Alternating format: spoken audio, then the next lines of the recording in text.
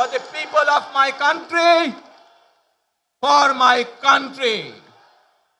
আজ এই পরিকল্পনা দেশের মানুষের স্বার্থে, দেশের উন্নয়নের জন্য, দেশের মানুষের ভাগ্যের পরিবর্তনের জন্য যদি সেই প্ল্যান, সেই কার্যক্রম, সেই পরিকল্পনাকে বাস্তবায়ন করতে হয়, প্রিয় ভাই বোনেরা, এই জনসমুদ্রে যত মানুষ উপস্থিত আছেন, এই সারা বাংলাদেশে গণতন্ত্রের শক্তি যত মানুষ উপস্থিত আছেন, প্রত্যেকটি মানুষের সহযোগিতা আমার লাগবে। প্রত্যেকটি মানুষের সহযোগিতা আমাদের লাগবে। আপনারা যদি আমাদের পাশে থাকেন, আপনারা যদি আমাদেরকে সহযোগিতা করেন, ইনশাআল্লাহ আমরা আই হ্যাভ এ প্ল্যান বাস্তবায়ন করতে সক্ষম হব। আসুন আমরা আল্লাহ রব্বুল আলামিনের দরবারে হাত তুলে প্রার্থনা করি, আমরা যেন হে রব্বুল আলামিন, হে একমাত্র মালিক, হে একমাত্র পরওয়ারদিগার, হে একমাত্র রহমত দানকারী, হে একমাত্র সাহায্যকারী,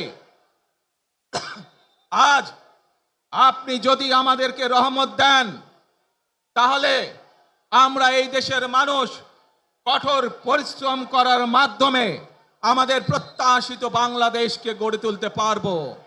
আজ যদি আল্লাহর রহমত এই দেশ এবং এই দেশের মানুষের পক্ষে থাকে, আল্লাহর সাহায্য, আল্লাহর দয়া এই দেশের মানুষের উপরে, এই দেশের উপরে থাকে, ইনশাআল্লাহ আমরা আমাদের প্রত্যাশিত বাংলাদেশ গড়ে তুলতে সক্ষম হব। প্রিয় ভাই বোনেরা, আজ আসুন আমরা সকলে মিলে